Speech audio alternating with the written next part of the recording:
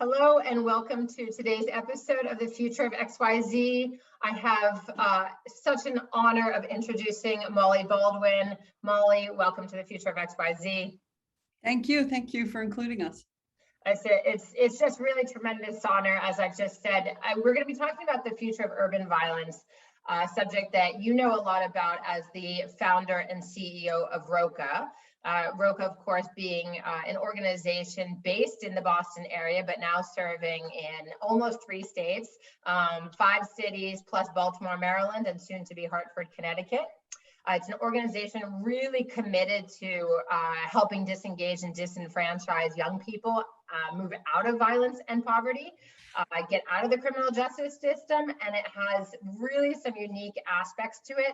You guys have won multiple awards. I know that you received the Life Saving Service Award from the Gifford Law Center this year.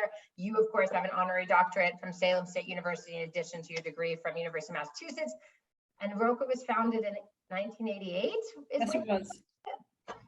So you've been doing this hard work for 33 years, which is no small feat, especially as we start to discuss the future of urban violence. So again, Molly, thank you for joining us. Thank you for having us. So let's just start with the basics. I mean, when we're talking about the future of urban violence, what is urban violence in the context of your work, especially? So when, in terms of kind of what the context that we know and always are seeking to understand is really focused on young people and young adults at the center of urban violence. And, it's something that sort of changes over time for lots of different reasons, but we're particularly focused on working with young people 16 to 24 who are most likely to be shot or to shoot and to be highly engaged in violence in cities. And who also they're not going to programs, they're not going to go to a job, they're not going to go to a training program, can't pay them to go to school, they're just sort of at a different place. And what we've learned a lot over the years, and Lisa, we always have a lot more to learn. And unfortunately, what's going on in the country is in many cities across the nation, we're seeing a rise in non-fatal shootings and murders among young people and people actually slightly older. There's an increase in actually 25 to 40-year-olds. I mean, you're talking about 33 years and some more years before that of work. It sort of means I'm old, but what we've seen over time, there was a time where violence in communities were structured around drug dealing or structured gangs. There was some structure, there was a code on the street, there were sort of rules you followed and rules you didn't and expectations, much of which we've seen erode over the years. Obviously, different periods of different kinds of drug trade, whether it was crack, heroin, other things sort of hitting the street have impacted at different times. In the past few years, actually prior to the pandemic, we started to sort of see the nature of violence change again. And although there are some places where there are highly structured gangs and leadership that sort of calls the shots, if you will, excuse the play on the words, we're seeing violence being quite interpersonal, happening almost instantaneously between people. And we're seeing a change in sort of location, which I'll talk about in a minute. And also there's just an enormous and tragic amount of guns available. I mean, the availability of guns, how easy it is for young people to go get guns or anybody to get guns is just increased and increased in this nation, where there were periods where that wasn't the case. It tends to historically been among sort of groups of like people, not all the time. Obviously, any person dying through gunshots and murder is unacceptable. I wish we could all live in a very different world. But a lot of it's very focused among sort of similar groups of young people. What we've seen over the past few years also in this sort of instantaneous is that people at the center of urban violence, very traumatized and reacting out of their, if you will, the bottom brain, which I'll explain in a minute.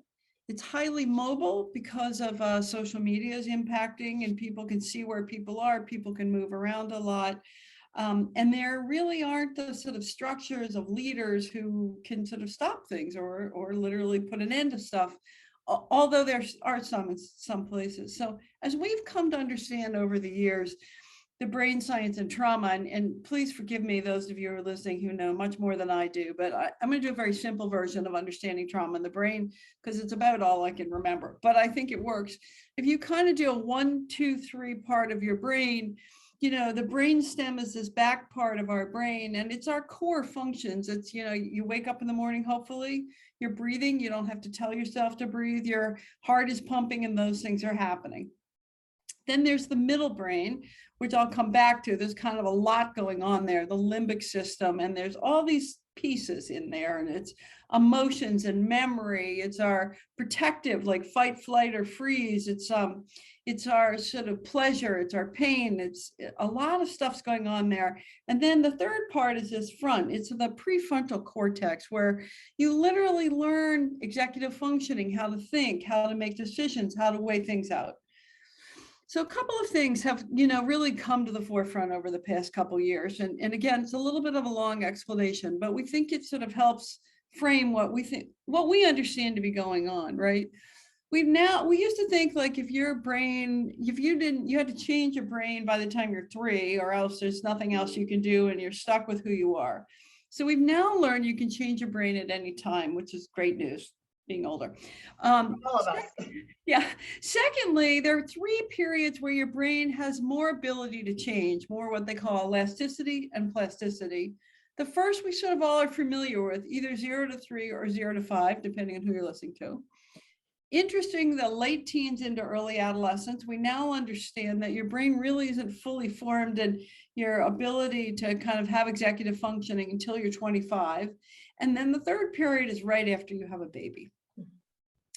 And if you think about those of you who are parents, great parents, love your kid, you have this brilliant teenager, and they're sort of ending high school, going to college, and they're brilliant and they're smart and they're riveting, and you're so proud of them, and they do this crazy thing, and you're like, what is the matter with my kid? They're out of their mind.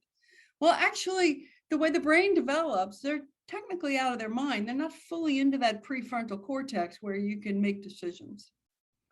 The next piece, we're going to come back to this middle brain again in a minute, is that what we think, feel, and do are related, but they are 3 different things. And we understand now that this middle part, this limbic system, it holds our emotions, it records memory. We talked about the sensation, the pleasure, the pain. It also, if you are in a dangerous situation, either momentarily or long-term, it kind of lives in this state of hypervigilance. And again, I completely understand this is very sort of understated. It's a sort of simple version, but just to understand it. And that brain is constantly scanning. And if you're highly traumatized and and you're suffering from racism, from poverty, from violence in your community, all these things that they're not your fault. They have nothing to do with it. That's just where you are. But you stay in that middle part of the brain sort of to keep yourself alive, if you will. Yep. It makes it so you literally can't access the prefrontal cortex. You're in survival mode, basically, is what it is all the time.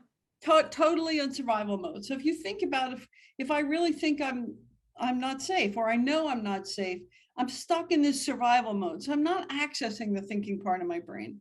The other thing that if you think about social media for a minute now, and this is a big change in urban violence, if somebody threatens to kill you, okay. If somebody threatens to kill you on social media, the platform itself is designed to pump it out and pump it out and pump it out. And that's impacting that brain, that survival brain, scanning for safety. Am I safe? Am I going to be okay? What am I doing? So we think that social media also is just fueling, that sort of hurt part of the brain. Oh, yeah. We can't make the world better tonight. I wish we could, or today. We can't. It's not about blaming people, but as we understand trauma and people getting caught, rightfully so, understandably so, in their survival brain, do we think this is really impacting urban violence? So people feel a threat, real or perceived, and they respond. Yeah. And so that's really got us looking at what's going on differently. What we've decided to do at Roca a long time ago was really spend a lot of time finding the young people who weren't responding to other programs.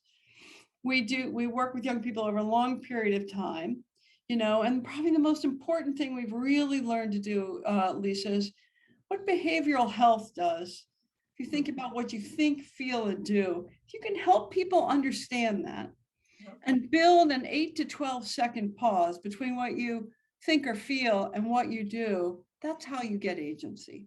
And if you don't have that pause, you have no agency. I'm going to interject for a second, Molly, because I think knowing the organization in the way that I do, for almost 10 years now, your model is so unique, and it is focused on relentless outreach, allowing people to fail, right? It's not a one and done like at all, because that's not realistic in these kind of traumatized communities and population that you're dealing with. This CBT or cognitive behavioral therapy that you're talking about is how you create these pauses, among other things that I want you to continue talking about.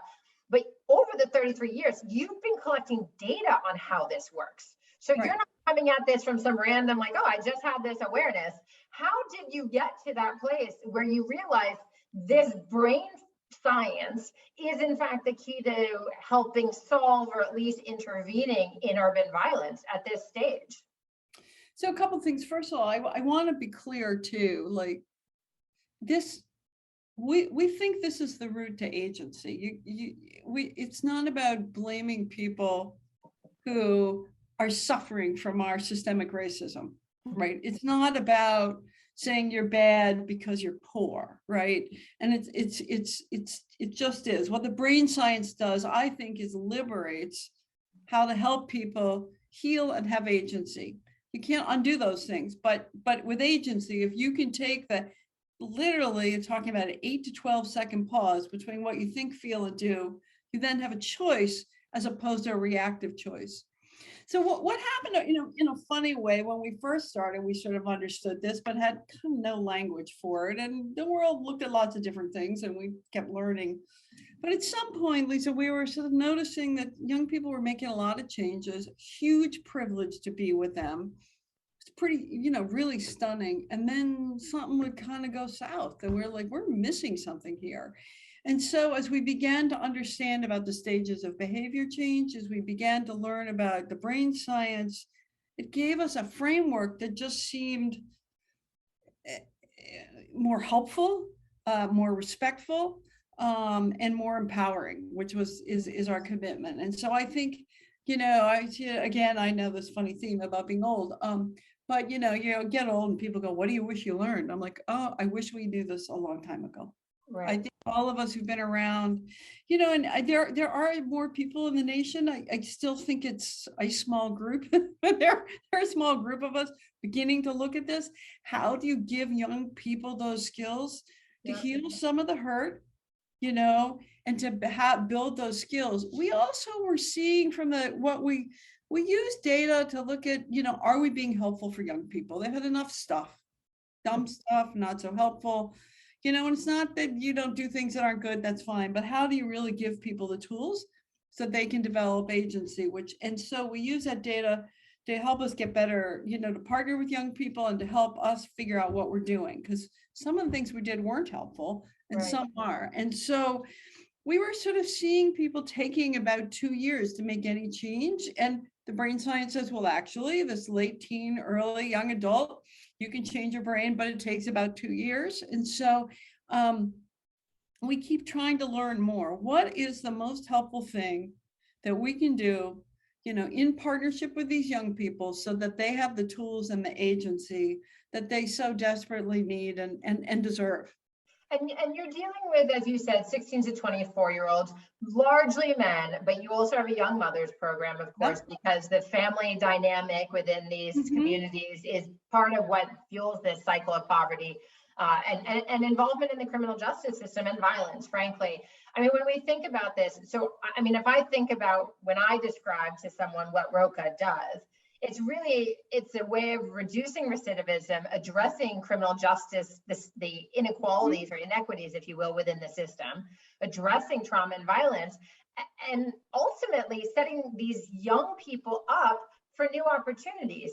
As you said, changing, giving them that 8 to 12-second pause that gives them agency, getting them to think differently, but also equipping them as they go on with the program with tools and employment and experiences that can get them out of this urban violence. Is that a fair description of it?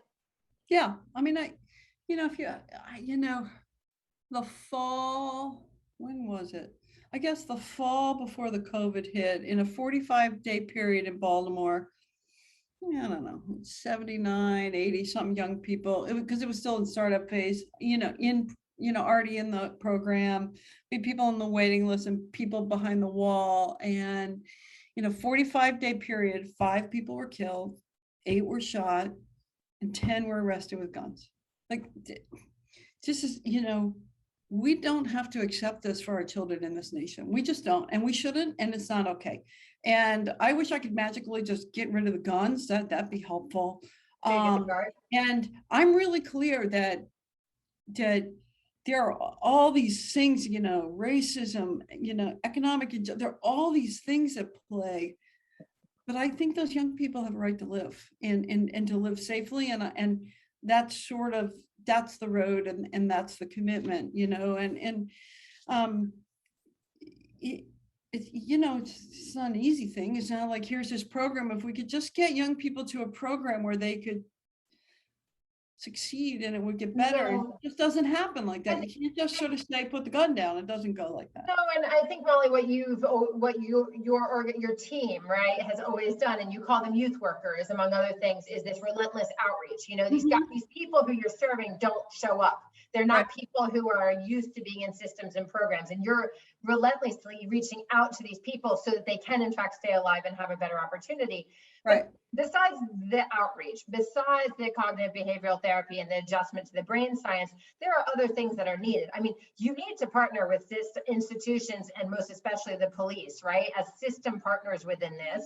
Right. You need financing, right? And maybe perhaps most importantly, we need policy change.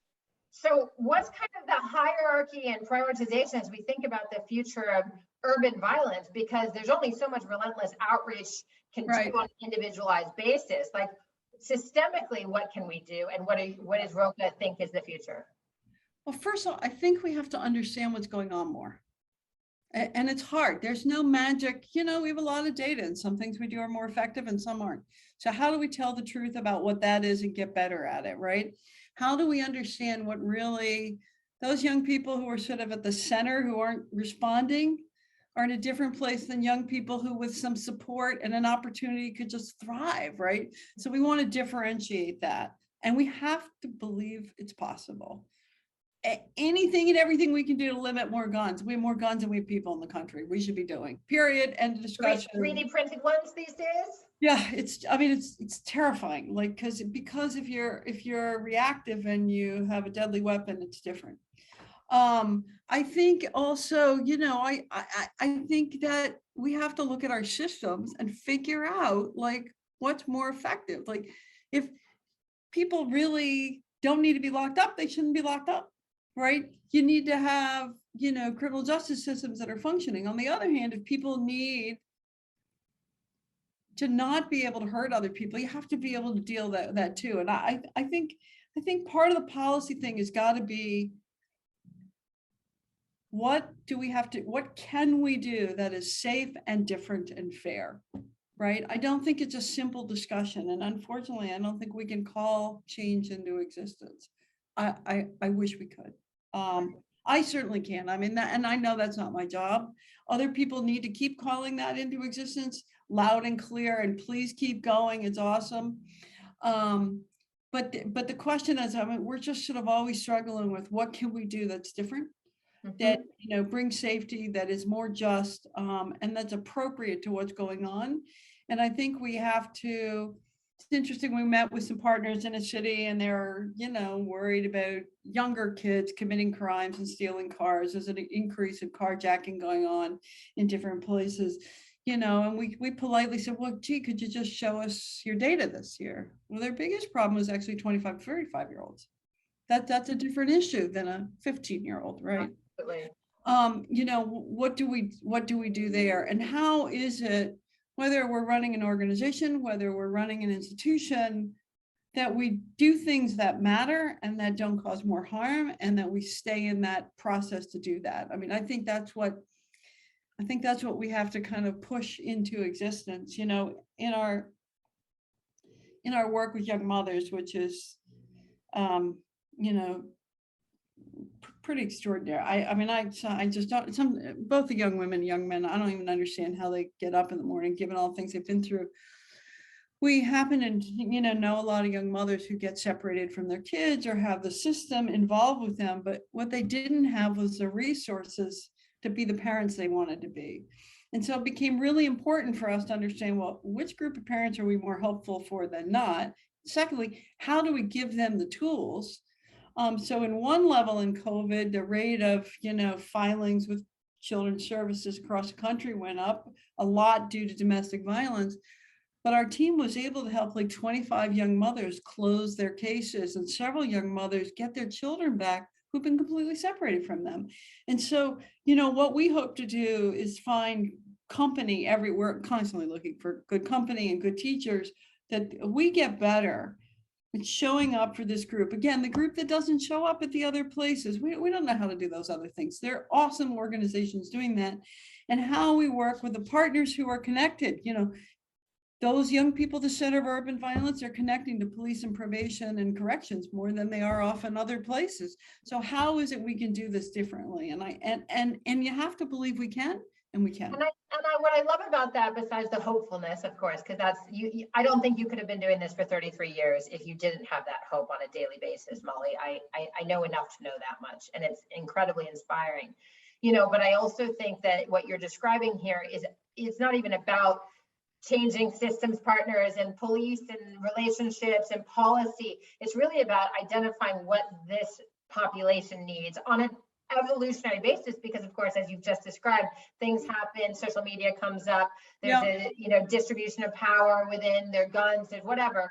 As it evolves, you stay attuned to the individual person's needs, and that means finding the systems partners, working with probation, working with the police on the street, working with the beat, working with policymakers to try to address, really, it's criminal justice reform in some ways, but it's really about being human and allowing opportunities, you say, and finding agency for these people who don't have it. And I think, Lisa, as an organization, like as an individual, like, you think about the young people we know who suffered so much. What an extraordinary privilege to know them, to be able to walk with them, to try in some small way to create an opportunity for them to have a set of tools for more personal agency and to be able to live, right? And it's sort of a sacred responsibility, and a daunting one and a beautiful one. And it's one that, I don't know, I believe you've got to wake up every day and figure out how you get better. You're going to be better than the day before, because otherwise you're just bringing more, I don't know, you're just bringing more stuff they don't need, and they don't need that. Absolutely. And as we look at this, I have two final wrapping questions. We're talking a lot, I mean, you operate in Baltimore, you started in Chelsea, Massachusetts, which is right outside Boston. You're now in multiple cities in the Massachusetts area, about to open Hartford, as we said.